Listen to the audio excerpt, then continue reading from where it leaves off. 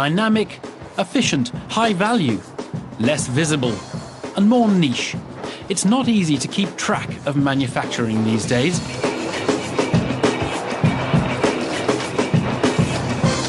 Take our bike industry. It's smaller than it used to be, but more specialist. Like Brompton, the British fold-up bike.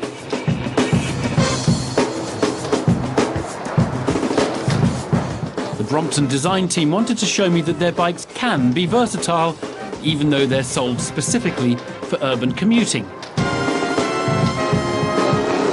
Brompton really is a very niche company with just one specialist product line.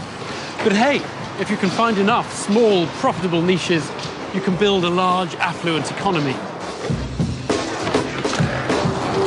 And a profitable niche can build an affluent company too. Amazingly, Brompton is now Britain's biggest bike manufacturer. Here we have the really clever part of the factory. This is where all the frames are made. This is where we have all the forming, cropping and bending of the raw material to make the bike. The company is turning out 30,000 bikes a year, but managing director Will Butler-Adams insists it's not a mass-market business.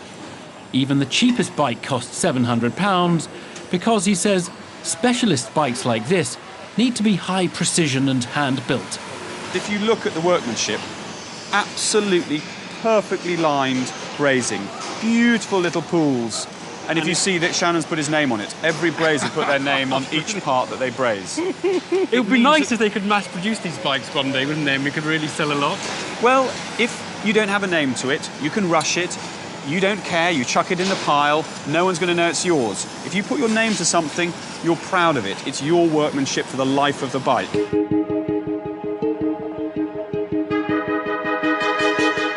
Around the turn of the 20th century, Rover, which later became the car firm, built the first truly modern bicycle. It was a niche product, costing over £1,000 in today's money. As the century wore on, companies like Allá built industrial empires on bikes, churning out high volumes of low-value products.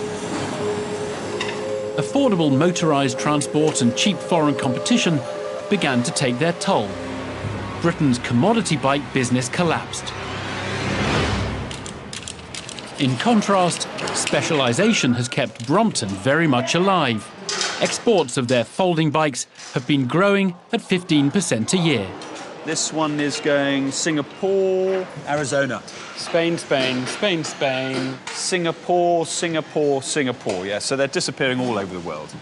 You export, what, about two-thirds of them? Two-thirds to about 38 different countries. China may be able to make specialist bikes like these someday, but they won't compete with us while we have an advantage in design, skills and branding. Fortunately, as China gets richer, the more of our high-value stuff the country can afford to buy. There is a lot of potential in China. It could be bigger than all of the world that we currently supply put together.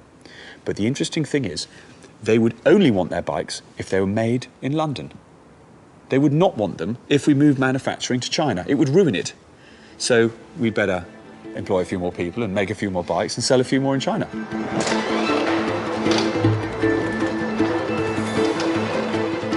Brompton shows that dynamic companies and dynamic economies are built on the back of doing things others can't do, rather than competing with them in things they can.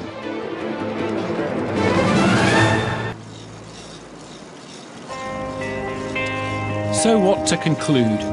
The manufacturers I've met are all working hard to sell more.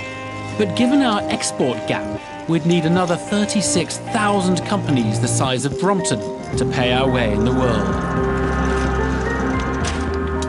It's a tall order, and Will Butler-Adams feels things have to change.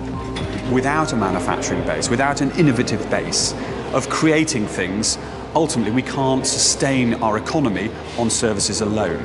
And I think we've learned that, and hopefully we've learned that enough to change the balance of the economy to bring this manufacturing back up.